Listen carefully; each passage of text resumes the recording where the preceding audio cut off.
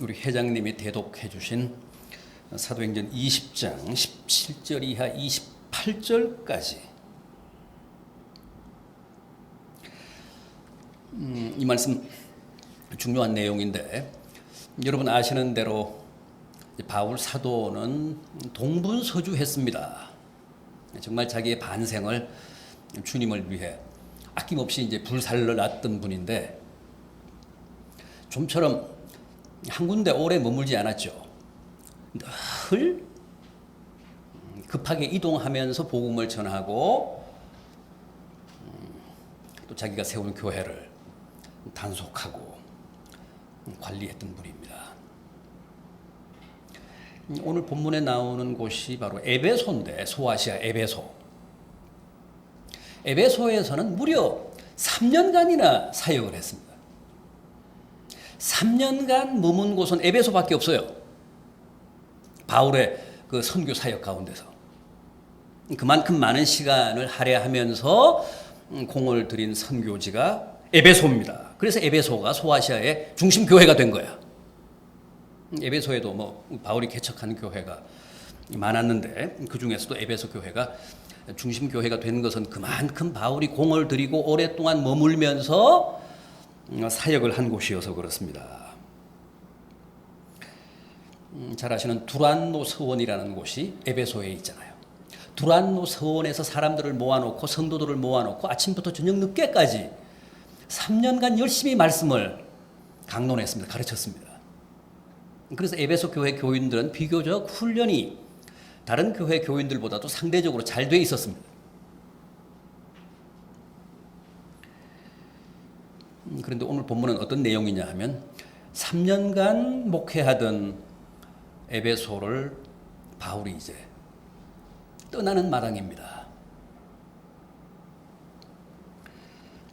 떠나는 장면이 우울합니다. 왜냐하면 뭐 다른 도시로 가는 게 아니라 지금 예루살렘으로 갑니다.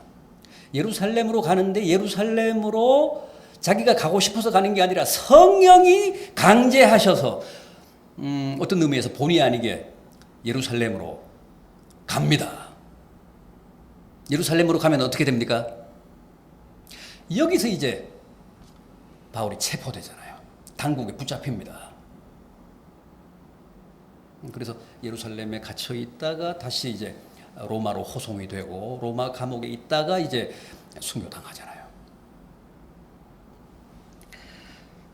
바울의 고백에 의하면 그렇습니다. 여러 곳에서 이미 성령이 자기에게 계시하셨다는 거야. 예루살렘에 올라가면 고난을 당한다, 체포된다. 성령이 이미 계시하셔서 자기 운명에 대해서 이미 기본적인 그런 이해를 가지고 있습니다. 그러나 이 길을 성령이 강제하시기 때문에 자기가 거절하지 못하고 순종할 수밖에 없고 예루살렘으로 갈 수밖에 없다는 겁니다. 그래서 자기가 가르쳐서 자기가 세운 감독자들, 장로들을 모아놓고 최후 설교를 하는 대목입니다.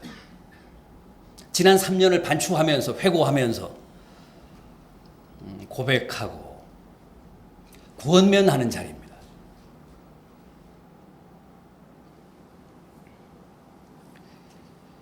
음, 22절 이하 한번 보십시오. 오늘 본문 사도행전 20장 22절 이하. 보라, 이제 나는 성령에 매여 예루살렘으로 가는데 거기서 무슨 일을 당할는지 알지 못하노라. 오직 성령이 각 성에서 내게 증언하여 결박과 환난이 나를 기다린다 하시나, 내가 달려갈 길과 주 예수께 받은 사명 곧 하나님의 은혜의 복음을 증언하는 일을 마치려 하면 나의 생명조차 조금도 귀한 것으로 여기지 아니하노라. 보라, 내가 여러분 중에 왕래하며 하나님의 나라를 전파하였으나 이제는 여러분이 다 내 얼굴을 다시 보지 못할 줄 아노라.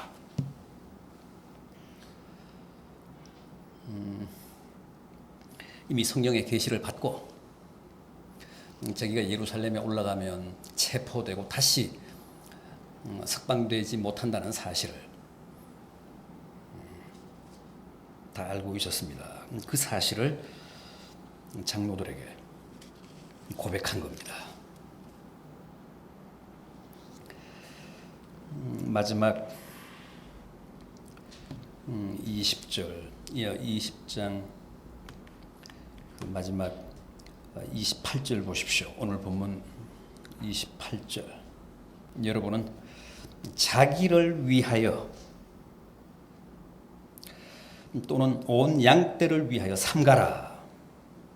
성령이 그들 가운데 여러분을 감독자로 삼고 하나님이 자기 피로 사신 교회를 보살피게 하셨느니라. 그러니까 내가 지금까지 하던 사역을 여러분들에게 위임한다. 그러니 여러분들이 잘 계승해서 모쪼록 삼가라. 필요한 만큼 긴장해서 내가 하던 사역을 잘 계승하기 바란다. 자기를 위하여, 여러분 자신을 위해서, 또 온 양떼를 위해서 그렇게 하라. 성령이 그들 가운데 여러분들을 감독자로 삼고 하나님이 자기 피로 사신 교회를 여러분들로 하여금 보살피게 하셨느니라. 오늘 우리 교회 남선교회 헌신 예배입니다. 여러분들은 늘 여러분들의 개인적인 삶과 교회 사역에 삼가야 합니다. 긴장하셔서 사명자로서의 동일성을 잘 지키셔야 합니다. 그것은 여러분 자신의 축복과 양떼들을 위해서입니다. 그것은 목사가 여러분들께 위탁한 사명이 아니고 주님이 당신의 피로 사신 교회를 위해 여러분들에게 감독자의 직분을 맡기셨습니다. 임직자의 직분을 맡기셨습니다. 재직의 사명을 위탁하셨습니다.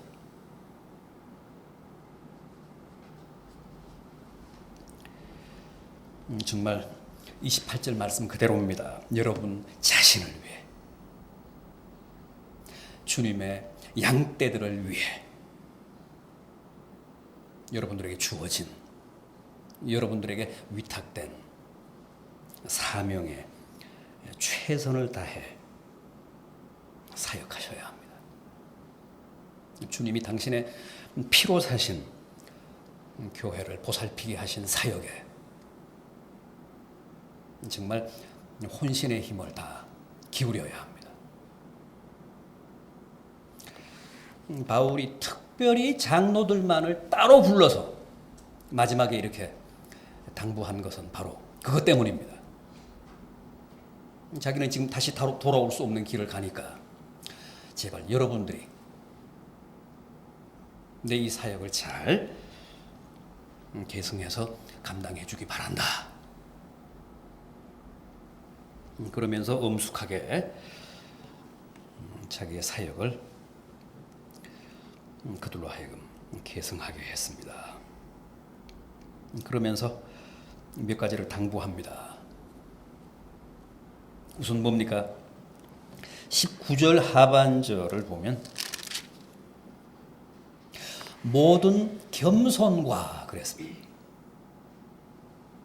자기는 지난 3년 모든 겸손으로 주님의 몸된 교회를 섬겼다. 주님께서 자기에게 위탁하신 사역에 임했다. 모든 겸손은 무슨 겸손입니까? 모든 겸손. 말에나 처신에나 생각, 몸짓, 표정에 이르기까지 자기는 다 겸손으로 자기에게 주어진 사역을 감당했다는 겁니다. 그게 모든 겸손입니다.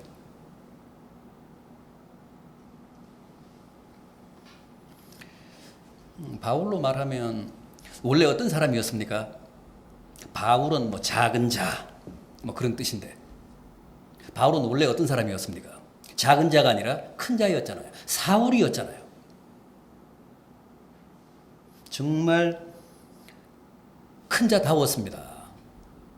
그래서 그의 교만은 하늘을 찔렀습니다. 히브리인 중에 히브리인이다. 무슨 뜻입니까? 정통 유대인이라는 뜻 아닙니까? 바리새인이었다. 유대인 중에서도 귀족 출신이었다는 뜻입니다. 가말리엘 문화생이었다. 무슨 뜻입니까? 최고의 엘리트였다는 겁니다. 로마 시민권자였다. 유대 사회 특권층이었다는 뜻입니다. 바울은 정말 사울이었습니다. 큰 자였습니다. 교만할 만한 사람이었습니다. 그런데 예수 믿고 바울이 사울이 됐잖아요. 작은 자가 됐습니다. 뭐라고 고백했습니까? 자기는 죄인 중에 수괴였다. 죄인 중에 괴수였다. 만삭 태어나지 못했다. 덜 떨어진 자였다. 7개월 내지 8개월 만에 나온 사람이었다.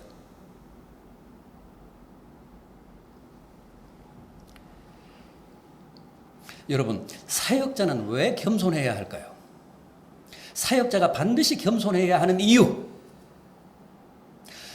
겸손해야 씨가 먹히기 때문에 그렇습니다. 겸손해야 주님의 음성을 들을 수 있기 때문에 그렇습니다. 교만한 사람은 절대 하나님의 음성을 못 듣습니다. 우리가 씨가 먹히지 않는 사람이라 그러잖아. 말이 통하지 않는 사람. 뭔가 대화가 안 되는 사람. 그런 사람을 우리가 씨가 안 먹히는 사람이라 그러죠. 왜 씨가 안 먹힙니까? 겸손하지 못해서 그렇습니다. 교만해서 그렇습니다. 다 무시하니까. 다른 사람의 말을 아예 들으려고 그러지는 않습니다. 독불장군이니까. 자기가 가장 잘났으니까. 자기 말이 진리니까. 원래 겸손은 뭡니까? 종의 노예의 미덕입니다. 사무엘이 그랬죠. 하나님 말씀하십시오. 종이 듣겠습니다. 전에 그 시골 버스 앞에 보면 오늘도 무사히 그러면서 이렇게 기도하는 여자아이 있잖아요. 여자아이가 아니고 사실은 사무엘입니다. 렘브란트의 그 성화잖아요. 그 어린 사무엘도 하나님 말씀하십시오. 종이 듣겠습니다. 종의 자세가 아니면 하나님의 말씀이 먹히지가 않아요. 씨가 안 먹혀요. 하나님의 말씀을 들어야 하나님의 말씀에 순종할 거 아닙니까? 응답할 거 아닙니까? 반응을 보일 거 아닙니까? 우리는 다 하나님의 종인데 여러분들이 하나님의 종으로 택함받아 주님이 피로 사신 교회를 섬기게 한 사람들인데 그러려면 씨가 먹혀야 됩니다. 하나님의 말씀을 먼저 들어야 됩니다. 그래야 그 말씀에 반응하고 그 말씀에 순종하고 그 말씀 앞에서 결단할 거 아닙니까? 가장 중요한 것은 겸손이에요. 겸손해야 씨가 먹힙니다. 하나님의 말씀이 내 귀에 들어옵니다.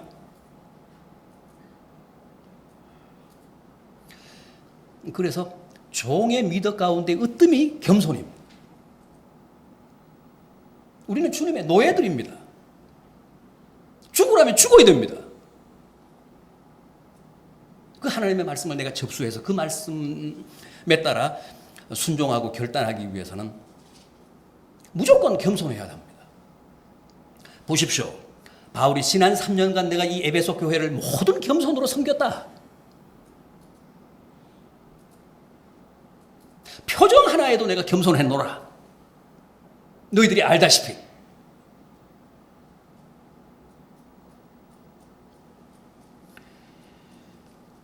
제발 겸손하십시오.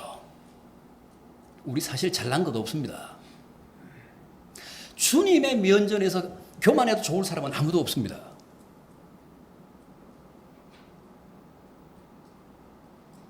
겸손해야 주님의 음성이 내 귀에 들리고 주님의 음성이 내 귀에 들려야 그 말씀 앞에서 내가 반응을 할 수 있고 결단을 할 수 있고 순종을 할 수 있습니다.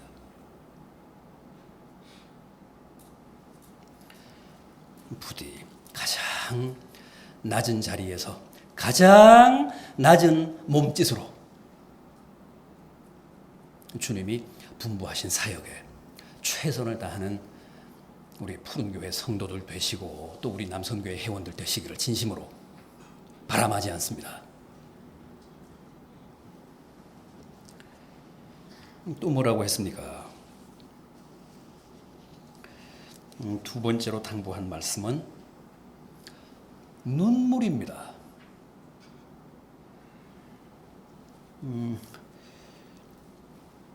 이 사도행전 20장은 특별히 바울의 눈물로 얼룩진 장입니다. 바울의 눈물 때문에 잘 이게 판독이 안 되고 해독이 안 되는 게 바로 이 사도행전 20장입니다. 19절 하반절 보십시오. 모든 겸손과 눈물이며 그랬죠. 28절까지 봤습니다만 31절도 한번 보십시오. 31절. 내가 3년이나 밤낮 쉬지 않고 눈물로 각 사람을 훈계하던 것을 기억하라. 37절도 보십시오. 37절. 다 크게 울며 바울의 목을 안고 입을 맞추고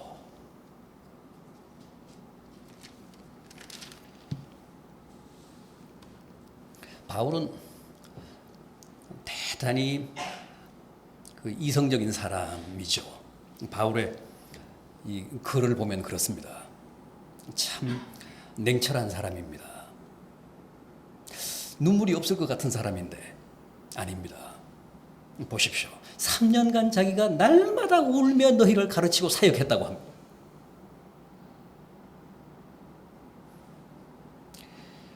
눈물로 사역했다. 무슨 뜻입니까? 눈물로 기도했다는 말이고 그만큼 정직하게 진실하게 목회했다는 뜻입니다.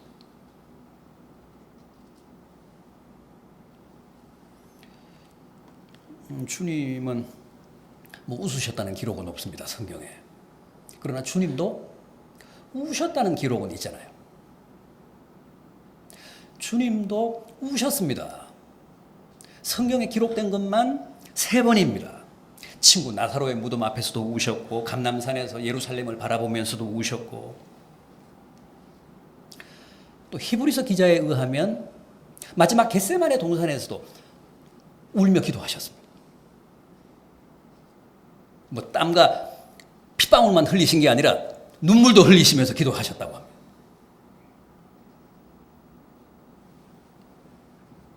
바울도 눈물로 에베소 교회를 지난 3년간 섬겼다며 고백하고 있습니다. 그만큼 순전하게, 그만큼 순수하게, 그만큼 정직하게 사역했다는 뜻이고 그만큼 절절히 기도했다는 말입니다.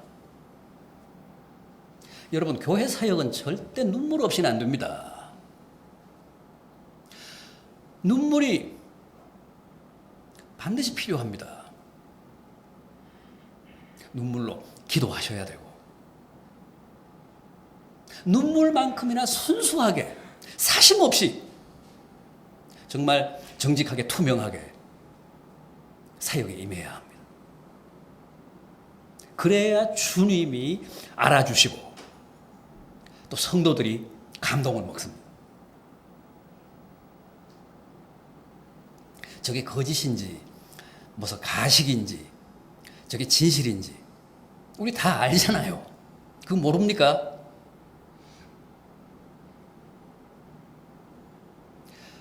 정직하지 않으면, 진실하지 않으면, 정말 눈물로 사역하지 않으면 사람도 움직일 수 없고 주님도 움직일 수 없습니다.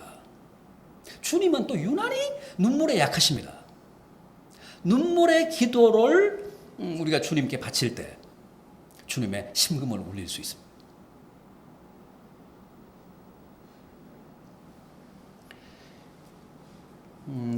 이사야 38장에 나오죠. 38장 5절을 보면 히스기야 왕이 병들어 죽게 됐을 때 하나님께 기도했습니다. 그런데 그 기도가 상달되고 응답이 왔습니다. 하나님이 뭐라고 하셨습니까? 내가 네 기도를 들었고 내 눈물을 보았노라.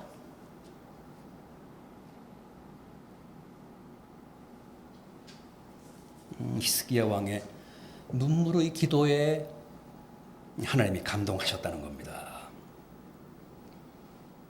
탈무드를 보면 아브라함이 칼을 들고 이삭을 잡으려고 했을 때 이삭이 그 제단 위에 누워서 울었다는 거죠. 아버지 아브라함이 가슴이 미어져서 물었습니다. 아들아, 무서우냐? 그때 이삭이 그렇게 말했습니다. 저는 괜찮은데 이 사실을 어머니가 알면 얼마나 슬퍼하실까요?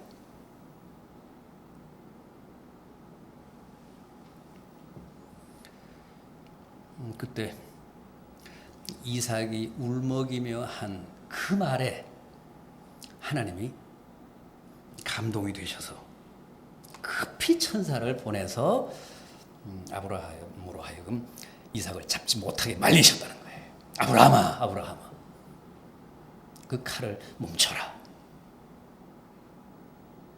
결박당해서 그 번제단에 누워있던 그 이삭의 눈물에 하나님이 감동을 먹으셨습니다.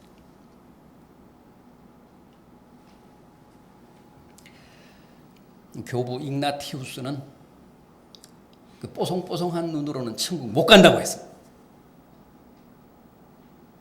우리 믿는 사람들은 항상 눈에 반쯤 눈물을 담고 살아야 합니다. 그래야 하나님이 우리의 그 눈물의 기도에 감동되셔서 응답하시고 또 그런 눈물의 사역에 성도들이 은혜를 받습니다. 바울도 예외 없이 에베소 교회를 목회하면서 지난 3년간 눈물로 사역했다는 거예요. 눈물로 너희들을 권면하고 눈물로 기도했다고 합니다. 그러니 너희도 그렇게 해라. 그러면서 지금 장로들에게, 감독자들에게 당부하고 있는 겁니다. 말세가 되면 사람들 눈에서 눈물이 마른다고 했습니다. 지금 우리 참 강팍하잖아요. 이것도 다 말세적인 현상입니다. 주님 오실 때가 가까우면 사람들이 안 운다는 거예요. 눈에서 눈물이 사라진다고 했습니다. 그래서 다 비정해진다고 했습니다.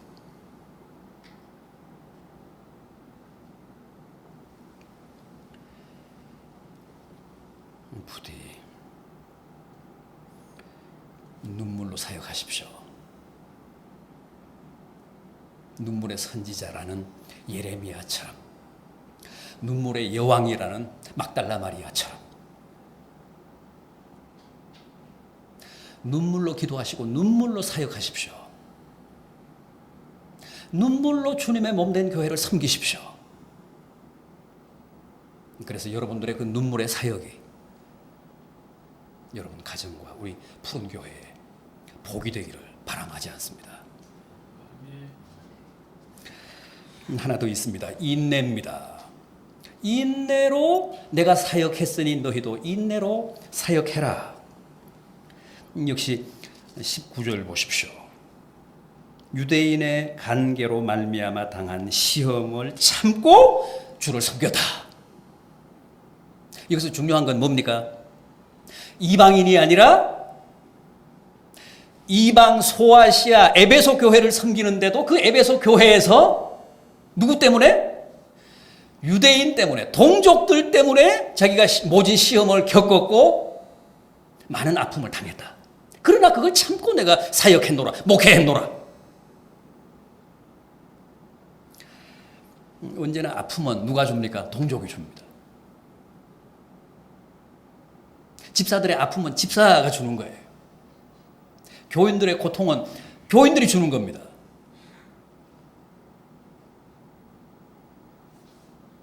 바울도 예외가 아니었습니다.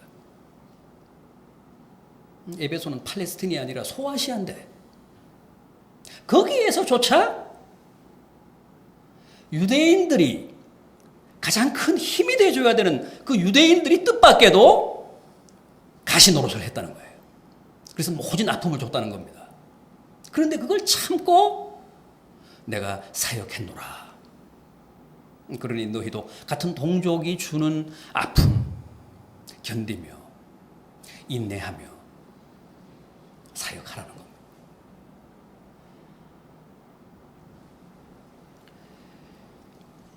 바울은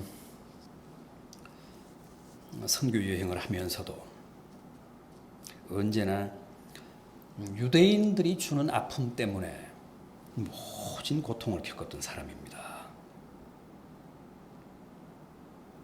너무너무 많은 수모를 당했습니다. 고린도 후서 11장 23절 이하를 보면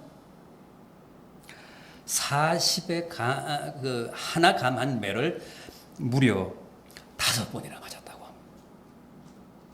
여러분, 그 태장이라는 거 이게 얼마나 혹독하냐 하면 40대 맞으면 죽어요. 그래서 율법으로 39대까지만 때리게 돼 있어. 그만큼 혹독한 매입니다. 그걸 동족으로부터 5번이나 맞았다는 거야.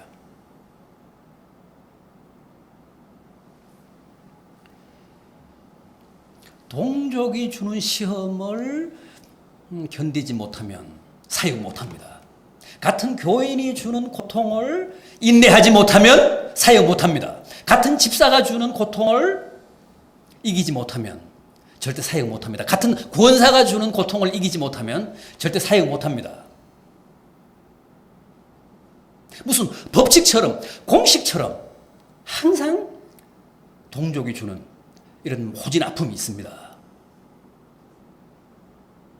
다른 사람이 주는 고통이라면 내가 견뎌도 같은 동족이 주는 고통은 못 견디겠다. 그러면 못하는 거예요, 사역. 가족이 주는 아픔을 못 견디면 신앙생활 못 하잖아요.